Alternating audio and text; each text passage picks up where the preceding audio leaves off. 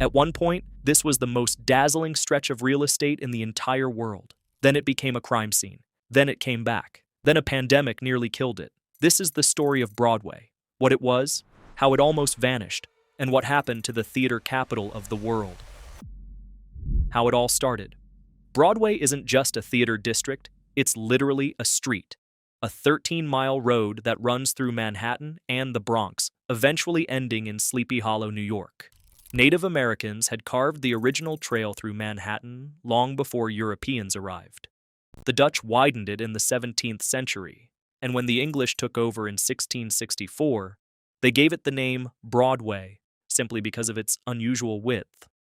It's one of the oldest thoroughfares in the city, and for most of its existence, theater has been part of its identity.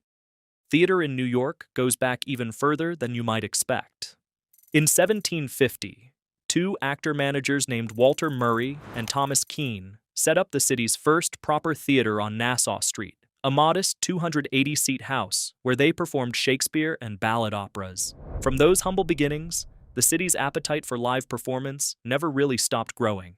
By the early 1800s, theaters began migrating uptown, chasing cheaper real estate. By 1829, when impresario William Niblo opened his famous garden venue at Broadway and Prince Street, New York already had a serious theater culture taking shape. Niblo's was a 3,000-seat venue that presented everything from opera to spectacle entertainment, and it became one of the city's premier night spots almost immediately. When it burned down in 1846, it was rebuilt, lavishly, with the best-equipped stage in America at the time. The first piece of entertainment that looks like what we'd recognize as a musical today was The Black Crook, which premiered in 1866 at Niblo's Garden. It ran for 474 performances, an unheard-of number at the time, and established the idea that theater could be a long-running commercial enterprise rather than just a series of one-night events. The show ran for 5.5 hours. Apparently nobody complained. By the 1870s, Broadway and theater had become essentially synonymous. The heart of the action was in Union Square, around 14th Street, where producers, agents, and actors could be found conducting deals literally on the sidewalk. One writer from the period described it as a kind of open-air marketplace. All classes of showmen congregated here, and here the plans of the most important stage providers were matured for many years. The area didn't settle into what we now call the Theater District, the stretch from West 41st to West 53rd Street around Times Square, until the early 1900s. Two of Broadway's oldest surviving theaters, the New Amsterdam and the Lyceum, were both built in 1903. That same year, the first electric billboard lit up on Broadway, advertising a play called The Red Mill. Other theaters followed the trend, and soon the entire strip was blazing with electric signage. People started calling it the Great White Way, a nickname that stuck even after the lights went off. The Golden Age nobody forgot. If you grew up in the 1940s or 1950s and wanted to experience the peak of American entertainment, you went to Broadway. Not to a movie theater, not to a concert hall. You got dressed up, you went to Manhattan, and you sat in one of those gilded houses and watched something that could not exist anywhere else. The post-war years produced what is now called the Golden Age of Broadway, and it was built almost entirely on the partnership of Richard Rodgers and Oscar Hammerstein II. On March 31st, 1943, the curtain rose at the St. James Theater on a show that critics had written off before it even opened. One reviewer, after seeing an early preview, reportedly said, "No gags, no girls, no chance. That show was Oklahoma." And it ran for 2,212 performances, at the time the longest run in Broadway history. It also became the first musical to have its original cast recording released by a major label, and it sold over 1 million copies. After that, Rodgers and Hammerstein essentially redefined what a Broadway musical could be. Carousel in 1945, South Pacific in 1949, which swept the Tony Awards and won the Pulitzer Prize for Drama, The King and I in 1951, The Sound of Music in 1959. Between them, their shows collected 34 Tony Awards and 15 Academy Awards. Their partnership has been called the greatest musical theater writing team of the 20th century, and it's difficult to argue with that. They weren't alone, of course. Leonard Bernstein and a young Stephen Sondheim gave the world West Side Story in 1957, a retelling of Romeo and Juliet set in the streets of Manhattan, tackling race and immigration in a way that mainstream American entertainment simply didn't do at the time. It was immediately hailed as a classic. My Fair Lady opened in 1956 and ran for 2,717 performances. Fiddler on the Roof arrived in 1964 and ran for 3,242. Cole Porter was writing, Irving Berlin was writing. The talent concentrated in Midtown Manhattan during this period was almost absurd by any historical standard. The musical form that Rodgers and Hammerstein had effectively invented, what historians call the book musical, where every song, every dance, and every bit of dialogue worked together to advance the story, became the defining template for American popular theater. It was a genuinely new art form, and Broadway was where it lived. These were sold-out houses. These were shows where Rodgers and Hammerstein productions were booked out months in advance, purely on the basis of who wrote them, before the reviews even hit the papers. The cast recordings were hitting 1 million copies sold. Broadway wasn't just an entertainment industry. It was the place where American stories got told in the most spectacular way available, and audiences came from across the country to see it in person. Broadway was, without any real competition, the cultural center of the United States. When it all fell apart, and then it didn't last. The decline of Broadway's Times Square was a slow-motion disaster that took decades to fully arrive and seemed, at certain points in the 1970s, genuinely irreversible. It started with economic pressure. The Great Depression had already begun to squeeze the district. Landlords needed tenants who could pay the bills, and the ones who showed up often weren't putting on musicals. As the decades passed and the city's broader financial health deteriorated, Times Square began to transform into something most people today would barely recognize. By the 1970s, 42nd Street had a nickname, the Deuce. 8th Avenue was called the Minnesota Strip because of the density of the street-level sex trade. The once magnificent theaters of Broadway, buildings that had been constructed at enormous expense in the early 1900s, with gilded ceilings and Art Nouveau interiors, were showing pornographic films or had simply been abandoned. The ceiling of the New Amsterdam Theater, which had opened in 1903 as the most spectacular house in New York, had literally collapsed. There were 2 feet of standing water in its basement. Rain and decades of neglect had gotten in. The broader neighborhood wasn't much better. There was a pamphlet warning tourists to stay off the streets after 6 p.m. In 1972, Variety magazine called the area Slime Square. In 1981, Rolling Stone described the stretch of 42nd Street near Times Square as the sleaziest block in America. By 1984, the area around Times Square was recording more than 2,300 crimes per year within a single block radius. More than 6 crimes every single day, mostly robberies, assaults, and drug offenses. The ones happening right next to Broadway theaters. A theater critic writing about the period described Broadway as being like a ghost town, the streets of which were so silent you could put your ear to the ground and hear only the subway. Theaters were dark. Marquees were blank. 7 cast members from one production at the Lyceum Theater were mugged within a 3-week stretch in 1970. 6 of them right near the theater itself. The legitimate shows that did manage to run during this period were doing so in an environment that actively worked against them. Getting audiences to travel to Midtown Manhattan at night took real persuasion when the surrounding area looked like it did. The Disney rescue, nobody expected. Nobody saved Broadway. That's the honest version of how the recovery happened. What actually occurred was a messy, decade-long combination of city politics, corporate self-interest, and some genuinely bizarre choices that somehow, collectively, worked. In the 1980s, Mayor Ed Koch began the first serious efforts to reclaim Times Square. A project called the 42nd Street Development Project was launched to condemn and seize the rundown theaters and sex shops. The plan involved demolishing blocks to build modern office towers. Preservationists fought back. Years of legal battles followed. The whole thing stalled. But what actually moved the needle was a decision made in the early 1990s by a corporation that had never been in the live theater business before, the Walt Disney Company.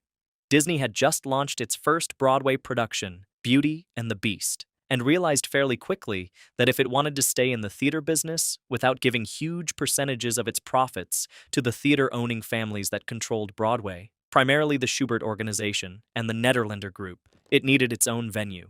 That led Disney CEO Michael Eisner to a building that had been sitting abandoned at 214 West 42nd Street since 1985, the New Amsterdam Theater. The deal was complicated. The city put up $24 million in low-interest loans, while Disney committed $8 million of its own money, taking a 99-year lease on the property. Eisner later described meeting with Mayor Rudy Giuliani, who had made it his political project to clean up the surrounding area. He told Giuliani he had concerns about the neighborhood. Giuliani reportedly told him to look him in the eye, and then said, "They will be gone." Scared is probably the right word for Eisner's response to that conversation, but the deal went through. From 1995 to 1997, Disney and architect Hardy Holtzman Pfeiffer spent 2 years restoring the New Amsterdam. Architectural critic Ada Louise Huxtable looked at the results and wrote, "If this is Disney magic, we need more of it." In November 1997, The Lion King opened at the New Amsterdam Theater. The reviews were extraordinary. The show proved immediately and undeniably that families would return to Times Square if they felt safe. And by then, with Giuliani's aggressive policing policies and the broader redevelopment project, they mostly did. Following Disney's lead, major corporations rushed in. Old storefronts were replaced. The street transformed almost faster than anyone could track. The Disneyfication of Times Square became a term of mild mockery. The idea that this gritty, complicated neighborhood had been scrubbed clean and replaced with chain restaurants and tourist traps. Some people were genuinely nostalgic for what had been there before, strange as that sounds. But the theaters came back. The lights came back. Broadway was alive again. The second golden age, and the cracks underneath. What followed the 1990s revitalization was a genuine renaissance. Andrew Lloyd Webber's mega productions, Cats, had opened in 1982, The Phantom of the Opera in 1988, had already anchored a new commercial era for Broadway. The Phantom went on to become the longest-running show in Broadway history, finally closing in April 2023 after 35 years and more than 13,000 performances. That closure, when it came, genuinely shocked people. The Phantom of the Opera had been a fixture of Broadway for so long that it felt like part of the building itself. Its farewell was a reminder that nothing on Broadway, not even the most successful production in the art form's history, runs forever. The 2000s and 2010s brought one landmark after another. Wicked opened in 2003 and became a permanent fixture of Broadway's commercial identity, celebrating its 20th anniversary on Broadway in 2023. The Book of Mormon in 2011 proved that original, R-rated material could also sell out 8 shows a week for years. Then, Hamilton arrived in 2015 and did something most Broadway shows never do. It became a genuine cultural phenomenon, talked about by people who had no particular relationship with theater, listened to by kids who'd never been to New York. By the 2018 to 2019 season, Broadway was posting the best numbers in its history, $1.83 billion in gross revenue and 14.77 million attendees. For a 41-theater district in Midtown Manhattan,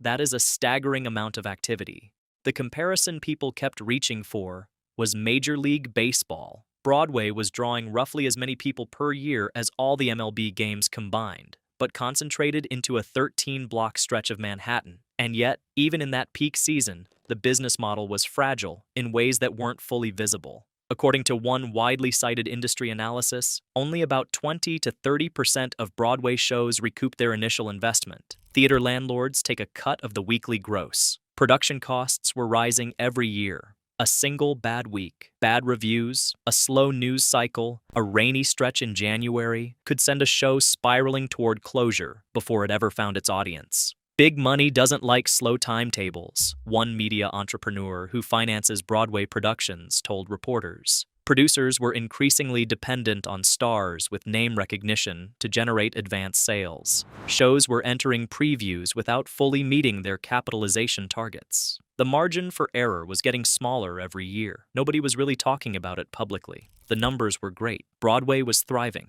18 months of silence. On March 12, 2020, Broadway went dark. Not one show, not one theater, all of them, simultaneously, for the first time in the industry's history. COVID-19 forced a shutdown that would last 18 months. There is no comparable event in Broadway's modern history. Not the Great Depression, not World War II, not the urban decay of the 1970s. Those things had damaged Broadway, slowed it, driven audiences away. They hadn't simply turned out the lights on every single show in the district at once and left them dark for a year and a half. The economic consequences were severe and immediate. Thousands of theater workers, actors, stage managers, stagehands, wardrobe assistants, box office staff, orchestra musicians lost their income virtually overnight. Broadway unions negotiated what protection they could in the early weeks. Producers agreed to cover salaries and health insurance for a period, but the shutdown stretched far longer than anyone initially expected, and the financial reserves weren't designed for anything close to 18 months of zero revenue. Kate Schindel, president of Actors Equity, described the uncertainty at the time. Shows that temporarily closed were technically closed, with no contractual guarantee to the people who'd been employed on them that they'd reopen on the same terms. Officially, those shows are closed, she said of productions that announced temporary pauses. We hope that they reopen. We also hope that they bring people back at the contractual terms that they had at the time the show shut down. When Broadway finally reopened in September 2021, it came back into a changed world. Tourism hadn't fully recovered. Suburbanites who had been coming in regularly before the pandemic had developed new habits: streaming, delivery, staying home. Omicron hit in late 2021 and forced several shows to halt performances as entire casts and crews tested positive.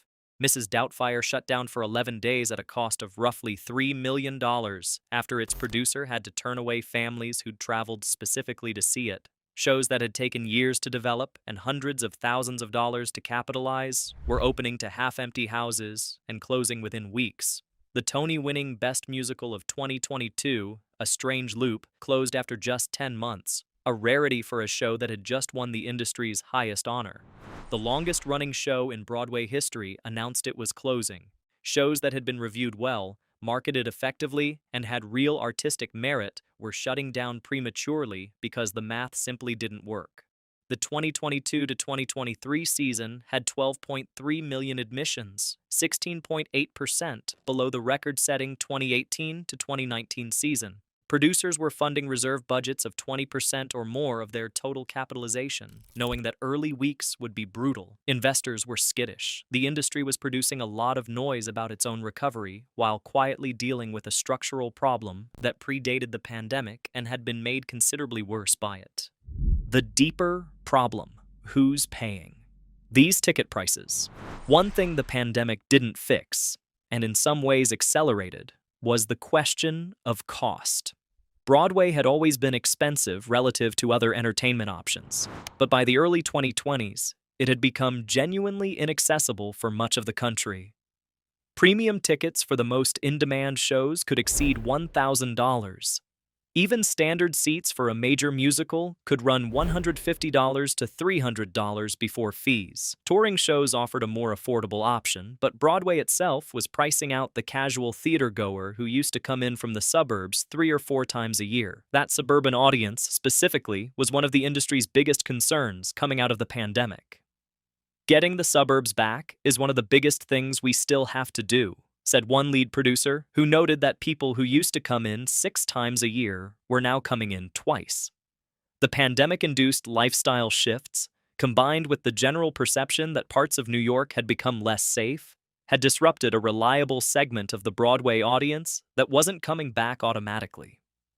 According to industry research from the 2024 to 2025 season, the average household income of a Broadway attendee was $276,465. 83% of those 25 and older held college degrees. The average ticket price paid was $145.70. These are not numbers that suggest a broad public institution. They're numbers that describe a very specific kind of luxury experience, and the audience profile has been narrowing for years. At the same time, competition for entertainment dollars had never been fiercer.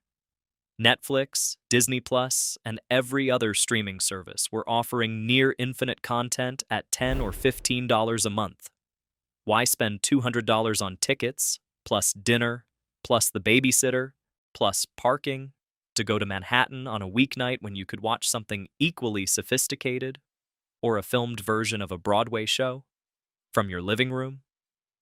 The arrangement between producers and theater owners had also become increasingly lopsided, with owners taking rent, percentages of gross, or both. The financial architecture of Broadway was, as one industry analysis put it, built on a model that had been unsustainable for years. The pandemic just made that harder to ignore. What the numbers say now. Here's where the story gets genuinely complicated. To summarize, the 2024 to 2025 Broadway season was, by gross revenue, the best in recorded history, $1.89 billion, surpassing the previous record set in 2018 to 2019. Audiences filled 91.2% of available seats. There were 77 productions, 43 of which opened that season. For 8 consecutive weeks at one point, weekly attendance exceeded 300,000, the most consecutive weeks at that threshold ever recorded. The season set a record for international visitors, drawing 3 million foreign tourists. Jason Lax, the president of the Broadway League, called it a season to celebrate, and then immediately added that Broadway needed to be sober about the challenges ahead. The attendance figure, at 14.66 million, was still slightly below the 14.77 million of the 2018 to 2019 season, even with a 53rd week added to the calendar. The higher gross was driven in part by higher ticket prices, up 4% from 2018 to 2019. Fewer people came, they paid more per ticket. That's not necessarily a sign of health. It might be a sign that the audience was compressing into the wealthier, more committed segment, while the casual theatergoer continued to drift away. The hit shows still hit. Good Night and Good Luck with George Clooney, Othello with Denzel Washington, star-driven productions that generated genuine cultural buzz and sold out almost immediately. The equation that had always governed Broadway, a handful of massive hits subsidize everything else, was still working for the hits. For everything else, the math was harder. A show getting mixed reviews in week 2, with no star to anchor its marketing, facing steep competition from other productions and from every streaming service ever invented, trying to recoup a capitalization that might be $20 million or more. That show had a narrow window and an unforgiving audience. The ticket title fight, live versus screen. There's a version of this story where streaming is the villain, and there's evidence for that reading. In 2016, the average Broadway theatergoer was already pushing 44 years old, and the competition for evening entertainment had multiplied in every direction. The idea of unplugging for 2.5 hours in a live venue, when everything else was available on demand at any moment, required a specific kind of commitment that newer audiences hadn't necessarily developed or been given a reason to develop. But the data complicates the simple narrative.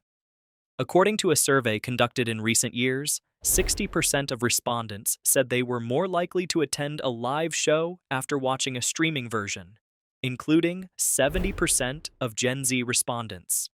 The release of Hamilton on Disney Plus in 2020 didn't kill demand for the live show. According to Lin-Manuel Miranda, it increased it.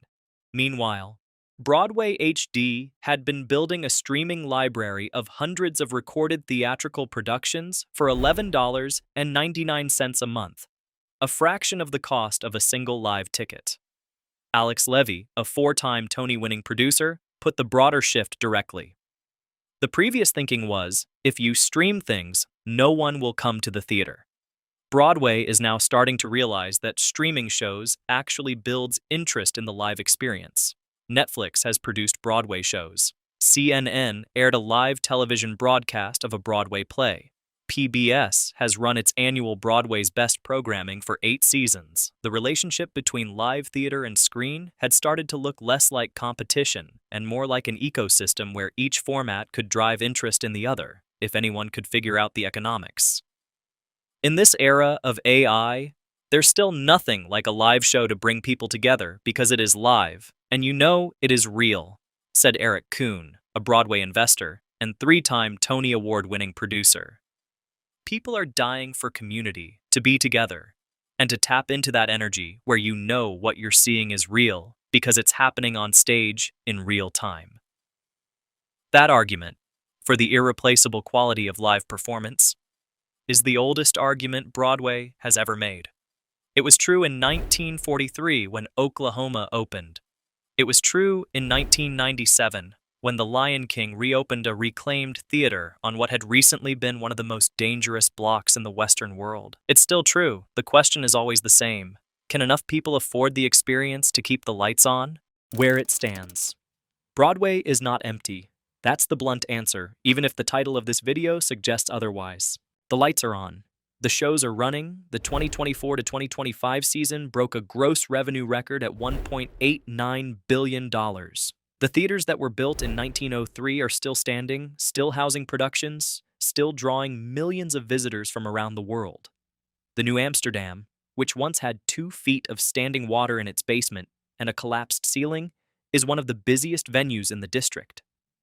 41 Broadway theaters are currently in operation. From the season's highest point, there were 9 consecutive weeks where weekly attendance exceeded 300,000, a record that had never been approached before. Broadway League president Jason Lax called the season one to celebrate, and then, in the same statement, said the industry needed to be sober about the challenges ahead. He added, "We can't be satisfied with 2019's definition of success anymore." That's not a quote from someone who thinks everything is fine.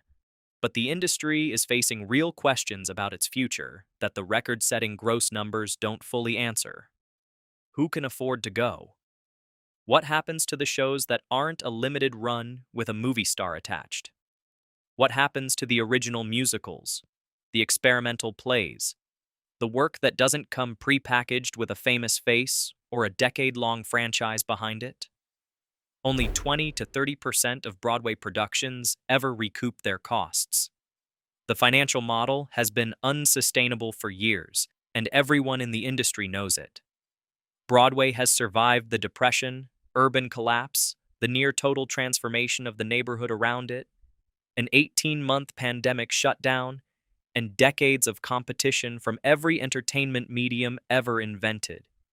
It has done this by producing work that cannot exist anywhere else. Live performance, in person, in those specific buildings, with those specific audiences. The irreplaceable quality of a packed house on opening night. The energy in the room when something extraordinary is happening on stage. That's still the product. That's still the draw. Whether the economics can be restructured to keep the art sustainable, to keep the lights on for the shows that don't immediately sell out, for the writers who need more than 2 weeks to find their audience, is the question Broadway is trying to answer right now. And honestly, it has always been the question. The Great White Way has been a lot of things over the course of its history. Ghost Town, Red Light District, Golden Age, comeback story. Record-breaking industry with a structural problem it hasn't solved yet. That's Broadway. If you found this interesting, hit like and subscribe.